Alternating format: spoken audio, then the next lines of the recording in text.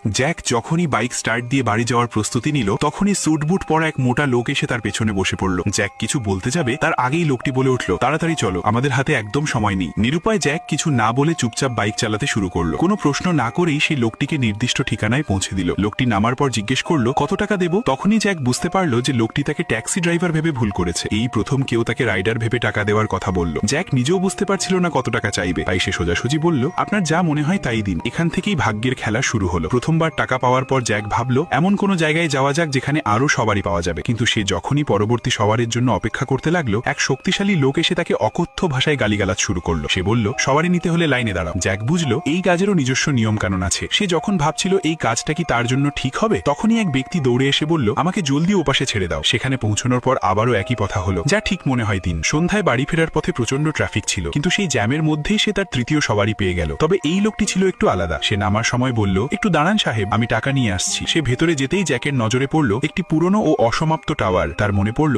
বাড়ির অ্যান্টেনাটা ভেঙে গেছে, বাচ্চারা অনেকদিন টিভি দেখতে পারছে না। সে কাছের সাইট ইনচার্জের কাছে গিয়ে অনেক অনুরোধ করে একটি অ্যান্টেনা জোগাড় করলো। ঠিক তখনই সেই সওয়ারিও বাইরে এলো। সে পকেট থেকে অনেকগুলো বড় নোট বের করে দিল। জ্যাক বাড়তি টাকা ফেরত দিতে চাইলেও লোকটি হাসি মুখে চলে গেল। আজকের দিনটি তার জন্য খুব ভালো ছিল। সে টাকাও পেল, আবার বাচ্চাদের জন্য অ্যান্টেনাও। ফেরার পথে সে সাহস করে 2 কেজি ফল কিনল। কিন্তু ভাগ্যের পরিহাস দেখুন, রাস্তায় ব্যাগটি ফেটে সব ফল রাস্তায় পড়ে গেল। তবুও বাড়ি পৌঁছে জ্যাক খুব খুশি ছিল। সে অ্যান্টেনা লাগিয়ে টিভি চালু করলো। বাচ্চাদের হাসি মুখ দেখে সে সব দুঃখ ভুলে গেল। হঠাৎ সে বাচ্চাদের চিৎকার শুনতে পেল। জ্যাক দৌড়ে বাইরে গিয়ে দেখলো গ্রামের কুয়োর পাশে ভিড় জমেছে। তখনই জানা গেল জ্যাকের মেয়ে তার ছোট ভাইকে সাহায্য করতে গিয়ে নিজের সোনার যন্ত্রটি পানিতে ফেলে দিয়েছে। জ্যাকের মুখ ফ্যাকাশে হয়ে গেল। ওই মেশিনটি ছিল বাড়ির সবচেয়ে দামি জিনিস। রাগের মাথায় সে তার ছেলেকে বকুনি দিল, গাধা, দেখেছিস তো তোর বোনের মেশিনটা চলে গেল। 1 মাস পরই ওর বড় পরীক্ষা, তুই জানিস ওটা কতটা জরুরি ছিল। জ্যাক দৌড়ে রিপেয়ার সেন্টারে গেল, কিন্তু সেখানে তাকে জানানো হলো মেশিনে পানি ঢুকে গেছে এবং এটি আর ঠিক করা সম্ভব নয়। এখন একটি নতুন মেশিনই কিনতে হবে।